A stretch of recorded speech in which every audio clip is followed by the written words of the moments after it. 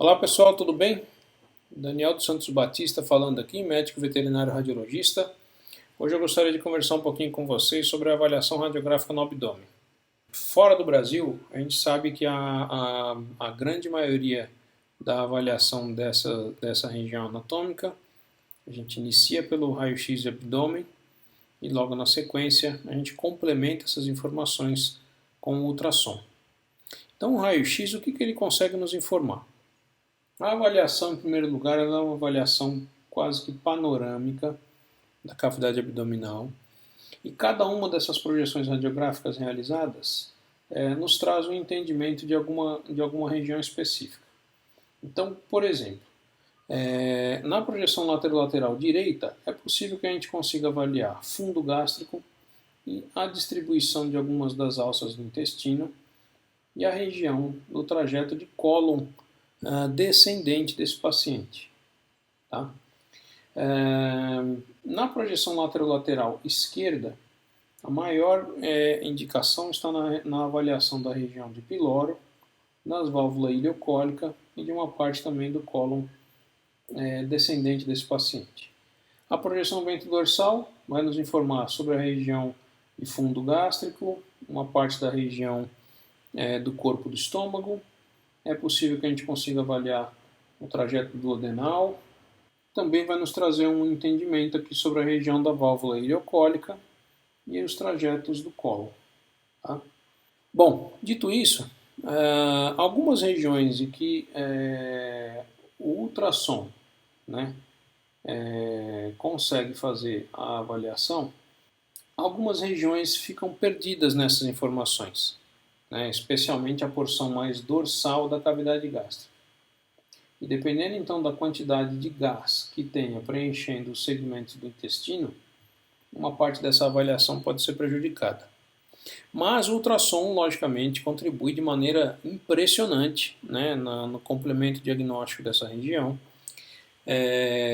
dando, por exemplo, informações sobre movimentos peristálticos desse intestino, avaliando espessura das mucosas, e às vezes isso de maneira até exclusiva, avaliando o formato e o aspecto sonográfico das silhuetas renais.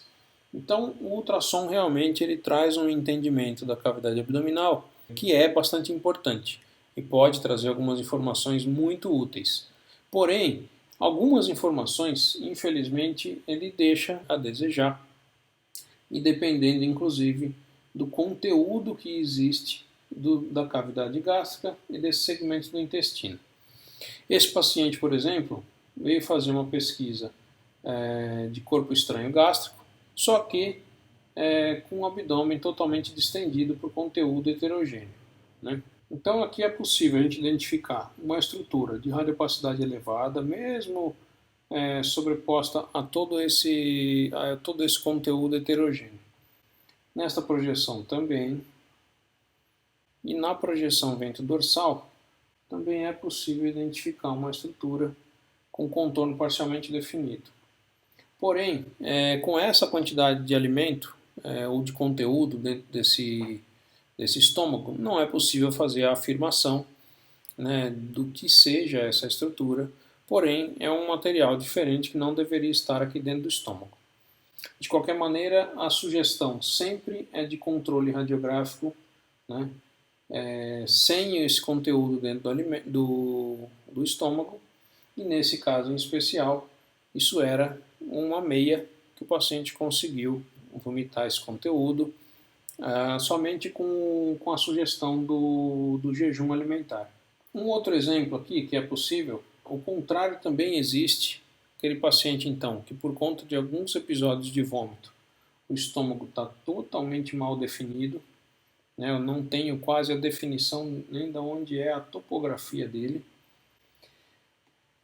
E nesse caso, é possível que a gente utilize algumas ferramentas. Nesse caso, por exemplo, a gente deu alguns ml, bem pouquinho mesmo, de H2O2 para esse paciente. E isso promoveu um pouco de conteúdo gasoso, distendendo um pouquinho esse estômago. Então aqui foi possível identificar que esse paciente não tinha o corpo estranho no estômago, Preenche também alguns segmentos do intestino, distribuídos de maneira uniforme, e nos facilita aqui a avaliação e o entendimento dessa região anatômica. Esse outro paciente muito parecido, suspeito também de ingestão de corpo estranho, identificadas aqui algumas estruturas arredondadas, né, entremeadas e sobrepondo ao conteúdo alimentar, porém são estruturas muito parecidas com pellets de ração, né, então não é possível apenas com esse exame fazer a conclusão diagnóstica para corpos estranhos. Esse paciente fez o jejum alimentar também, retornou para um controle radiográfico e, com auxílio também da H2O2, a gente promoveu uma leve distensão do estômago, conseguindo identificar aqui as estruturas gástricas totalmente isentas ou livres de estruturas que poderiam sugerir um corpo estranho. O paciente fez uma evolução clínica favorável e o que há de conclusão então nessa nossa conversa? A radiografia do abdômen ela pode servir como uma ferramenta bastante útil no complemento diagnóstico dessa região.